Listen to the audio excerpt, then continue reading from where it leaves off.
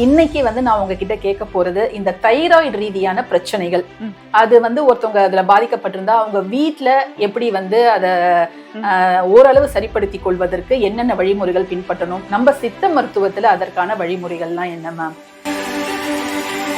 Obesity ஆகுதுங்க, fertility issues வருது, irregular periods ஆகுது, என்ன ரீசன்னே தெரியல, முகம் கழுத்து எல்லாமே கருத்து போகுது, நான் நல்லா இருந்தேனே ஏன் இப்படி ஆகுது, ஏன் எனக்கு மூட் ஸ்விங் வருது, ஏன் அதிகமான ஹேர் ஃபால் ஆகுதுன்ட்டு இதற்கான விடையே தெரியாம இருக்கும்போது ஸோ இதெல்லாம் ஃபாலோ பண்ணும்போது திரும்ப அவங்க நார்மல் வெயிட்டுக்கு போயிடலாம், நார்மல் வெயிட்டுக்கு வந்துருவாங்க. சில ஃபுட் ஐட்டம்ஸ் மட்டும் ஃபாலோ பண்ணிக்கோங்க. ஓகே, அதிகமாக நம்ம எப்பவுமே சொல்ற மாதிரி தைராய்டு ப்ராப்ளம் இருந்தா ஃபர்ஸ்ட் நம்ம ஃபாலோ பண்ண வேண்டியது உணவு முறைகள். உணவு நல்லா நம்ம ஃபாலோ பண்ணிட்டு அதற்கேற்ற மாதிரி டயட்டோட சித்தா மெடிசன்ஸ் இருக்கு. இன்னைக்கு எவ்வளோ பேர் தைராய்டு ரிமூவ் பண்ணணும்னு சிகிச்சை எடுத்து இப்ப நல்லாவே இருக்காங்க. Okay ma'am. Welcome to Nitya's Varam, where ancient Siddha tradition meets modern healing. Experience the difference. அனைவருக்கும் வணக்கம். நான் தமிழரசி பாலமுருகன். மீண்டும் ஒரு புதிய பதிவுல உங்களை எல்லாம் சந்திக்கிறதுல ரொம்ப ரொம்ப சந்தோஷம்.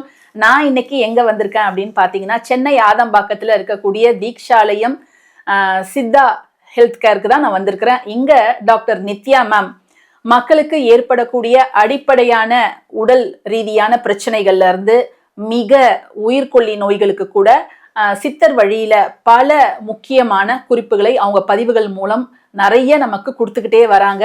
அந்த வகையில நம்ம இன்னைக்கு பேச போறது மிக மிக முக்கியமான ஒரு விஷயத்தை பத்தி தான். வாங்க பதிவுக்குள்ளார போகலாம். வணக்கம் மேம். வணக்கம் மேம், எப்படி இருக்கீங்க? நல்லா இருக்கேன் மேம்.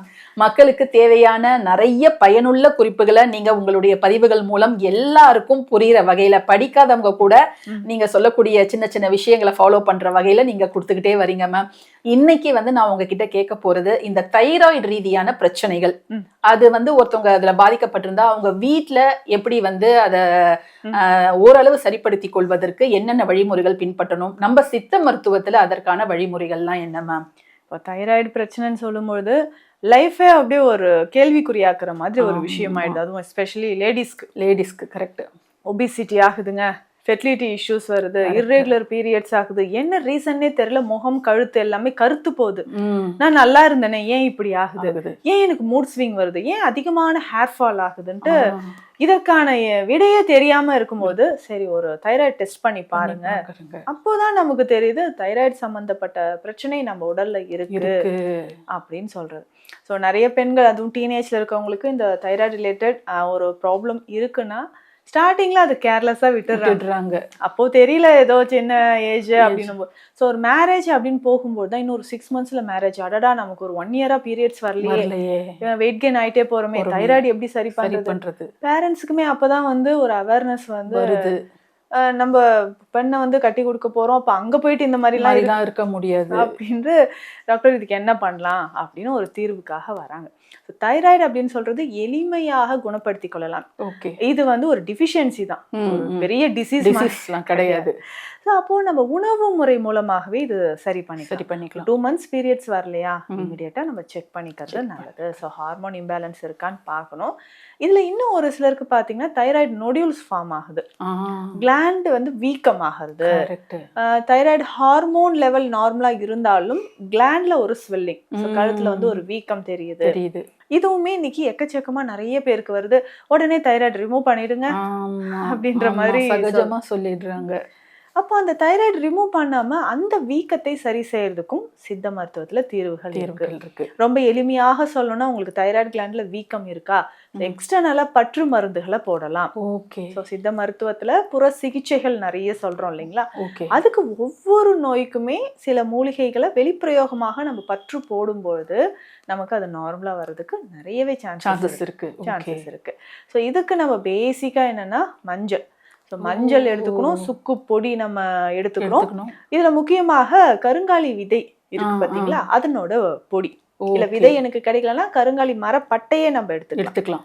மரப்பட்டைய இல்ல மரத்தோட துகள்கள் பவுடராகவே நமக்கு கிடைக்கும். இது 3மே நல்லா மிக்ஸ் பண்ணி வெந்நீர்ல கலந்து நம்ம தொண்டை பகுதியில பற்று போடுறது. அந்த பற்று டெய்லி ஒரு மணி நேரம் இப்போ தைராய்டு கிளாண்ட் வீக்கமா இருக்கக்கூடிய இடத்துல நம்ம பற்று போடணும். இதுல நிறைய பேருக்கு வந்து சொல்ற ஒரு விஷயம் என்னன்னா, டயட் ஃபாலோ பண்ணுங்க. கரெக்ட். அதுல கேபேஜ், காலிஃபிளவர் எல்லாம் எடுக்காதீங்க, ப்ரோக்காலி எடுக்காதீங்க. ஹைட்ரோஜெனிக் எஃபெக்ட் இதுல அதிகமா இருக்கிறதுனால இன்னும் தைராய்டு கிளாண்ட் வந்து ஸ்வெல்லிங் ஆகணும். அதனால இதை வேண்டாம் அப்படின்னு நம்ம சொல்றோம். நல்ல கீரை சாறு, முக்கியமாக அருகம்புல் சாறு எடுக்கிறது. தைராய்டு பிரச்சனை இருக்கிறவங்களுக்கு TSH லெவல் ரொம்ப எனக்கு வந்து அதிகமாயிட்டே போகுதுங்க, T3 T4 லெவல் குறையுது அப்படின்னு ஃபீல் பண்றீங்கன்னா ஃபீல் பண்ணாதீங்க. அருகம்புல் சாறு நமக்கு நல்லாவே ரிசல்ட் கொடுக்கும். Super ma'am.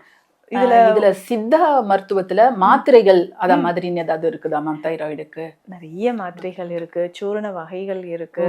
ஸோ இந்த மாத்திரைகள் அப்படின்னு சொல்லும்போது பாவனை நெல்லியாக நம்ம எடுத்துக்கலாம். ஓகே. நெல்லிக்காயை வந்து பாவனை செய்து அதை நம்ம சூரணமாகவும் மாத்திரையாகவும் பயன்படுத்திக்கலாம். நல்ல ரிசல்ட் நமக்கு கிடைக்கும். மந்தாரை எடுத்துக்கலாம். மந்தாரையெல்லாம் நம்ம பார்த்திருப்போம், கஷாயமாக குடிக்கும் பொழுது இந்த தைராய்டு கிளாண்ட் மட்டும் கிடையாது, நம்ம பாடியில கிளாண்ட்ஸ் வந்து எங்கெல்லாம் நமக்கு அஃபெக்ட் ஆகுதோ, இன்னும் நிறைய பேருக்கு இந்த நினைவுத்திறன் குறைவாக இருக்கு அப்படின்னு சொல்லுவாங்க. ஸோ அந்த பிட்யூட்டரி கிளாண்டை வந்து ஸ்டிமுலேட் பண்றதுக்கும், தைராய்டு கிளாண்டை ஸ்டிமுலேட் பண்றதுக்கும், இன்சுலின் செக்ரீட் ஆகிறதுக்கும் நமக்கு இந்த மந்தாரை ரொம்ப பெஸ்ட். ஸோ அந்த இலைகளை நம்ம கஷாயமாக எடுத்துக்கலாம். இது மாத்திரையாகவே நமக்கும் கிடைக்குது. ஸோ மந்தாரை மாத்திரைகளாக எடுத்துக்கலாம். தைராய்டு இருக்கு. ஸோ உடல் பருமன் இதுல ஒரு சிலருக்கு அதிகமாகிட்டே இருக்கும். இப்போ தைராய்டு இருக்குங்க, ஒன்றும் பண்ண முடியாது, வெயிட் கெயின் ஆயிடுது அப்படின்னு சொல்லுவாங்க. ஸோ இர்ரெகுலர் பீரியட்ஸ்க்கும் அதே தான் ஒரு ரீசனா சொல்லி நம்மளே சமாதானப்படுத்திக்கிறோம். ஆனா அதற்கான தீர்வுகளும் இருக்கு. ஏன்னா தைராய்டு கிளாண்டால வெயிட் கெயின் ஆகுதுன்னா, இர்ரெகுலர் பீரியட்ஸ் வரும்போது சைக்காலஜிக்கலா ரொம்ப அஃபெக்ட் ஆயிடுவாங்க. ஸோ இதெல்லாம் ஃபாலோ பண்ணும்போது திரும்ப அவங்க நார்மல் வெயிட்டுக்கு போயிடலாம், நார்மல் வெயிட்டுக்கு வந்துருவாங்க. சில ஃபுட் ஐட்டம்ஸ் மட்டும் ஃபாலோ பண்ணிக்கோங்க. அதிகமா நம்ம எப்பவுமே சொல்ற மாதிரி ஜங்க் ஃபுட்ஸோ ஃபாஸ்ட் ஃபுட்ஸோ வேண்டாம். இதுல கரெக்டா நம்ம ஃபாலோ பண்ணிருந்து முளைக்கட்டிய வெந்தயம் பயன்படுத்தலாம். ரொம்ப முக்கியமானது.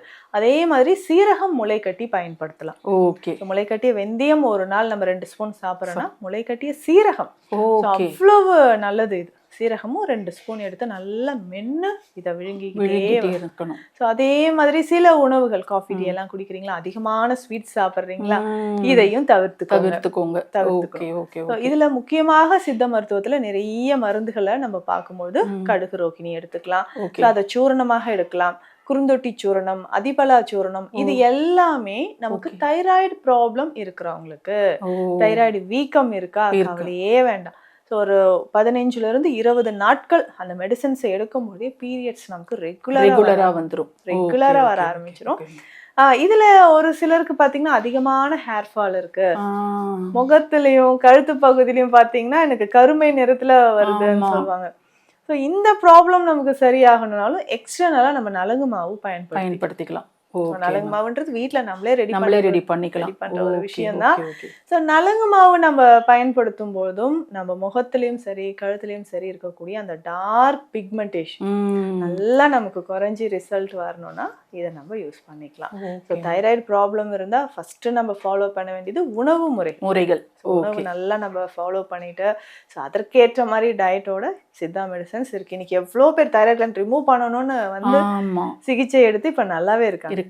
ஓகே மேம், தைராய்டை பத்தி நிறைய விஷயங்களை எங்களுக்கு புரியுற மாதிரி சொன்னீங்க. ரொம்ப நன்றி மேம். நன்றி நேயர்களே. இன்னைக்கு வந்து நம்ம நித்யா மேம் தைராய்டை பத்தி நிறைய விஷயங்கள், நம்ம வீட்டுல என்னெல்லாம் பண்ணணும் அப்படிங்கிறதையும் சொன்னாங்க.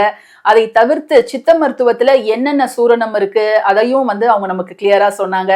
ஸோ உங்களுக்கு அல்லது உங்களுக்கு தெரிந்தவர்களுக்கு இதை சார்ந்த பிரச்சனைகள் இருந்துச்சுன்னா, அதுவும் சின்ன வயசுல இருக்கிறவங்களுக்கு இந்த தைராய்டு பிரச்சனை வந்து அதனால உடல் பருமன் வந்து ஏற்பட்டும் பொழுது அவங்க நிறைய மன பாதிப்புகளுக்கு ஆளாகிறாங்க. ஸோ அவங்கெல்லாம் அவசியம் நம்ம கிளினிக்கு வந்து நித்யா மேம ஒரு முறை பார்த்து அவங்களுடைய ஆலோசனைகளை நீங்க தாராளமாக பெற்றுக்கொள்ளலாம்.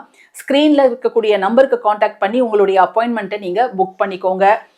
வெளிநாட்டில் இருக்கிறவங்க, வெளியூர்ல இருக்கிறவங்க, எங்களுக்கும் ஒரு இது வந்து கன்சல்டேஷன் வேணும் அப்படின்னா ஆன்லைன் கன்சல்டேஷனும் அவைலபிளா இருக்கு. ஸோ இந்த வாய்ப்பை நீங்க பயன்படுத்திக்கோங்க. சின்ன சின்ன விஷயங்கள் தான் உங்களுடைய வாழ்க்கையில் ஒரு பெரிய மாற்றத்தை ஏற்படுத்தும். நன்றி. Welcome to Nitya's Varam, where ancient Siddha tradition meets modern healing. Experience the difference.